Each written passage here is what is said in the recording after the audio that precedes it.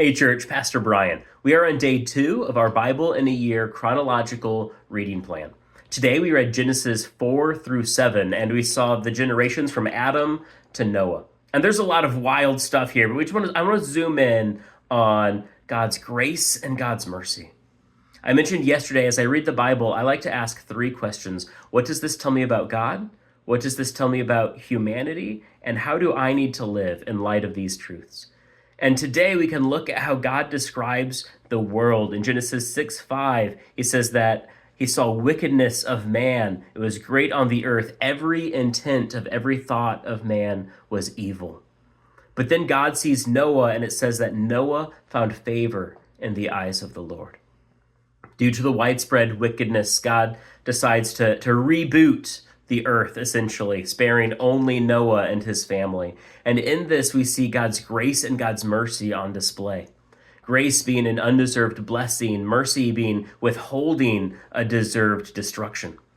Because of Noah's favor, Noah and his family were spared. And this is a very public display of obedience. We are told that Noah did everything, all according to what God commanded him. And through this, we also can see God's mercy as Noah's working on this ridiculous building project.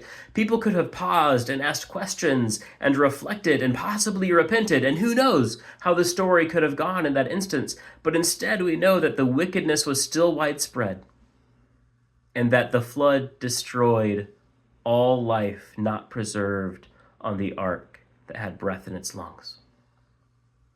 God had this grace and this mercy on display, but the people laughed and mocked and turned away.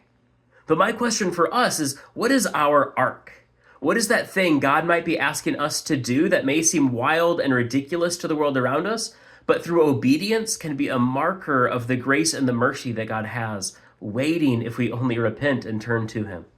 So think about that, and maybe if you want, you can comment, what is your ark? But until then, we will see you tomorrow. God bless.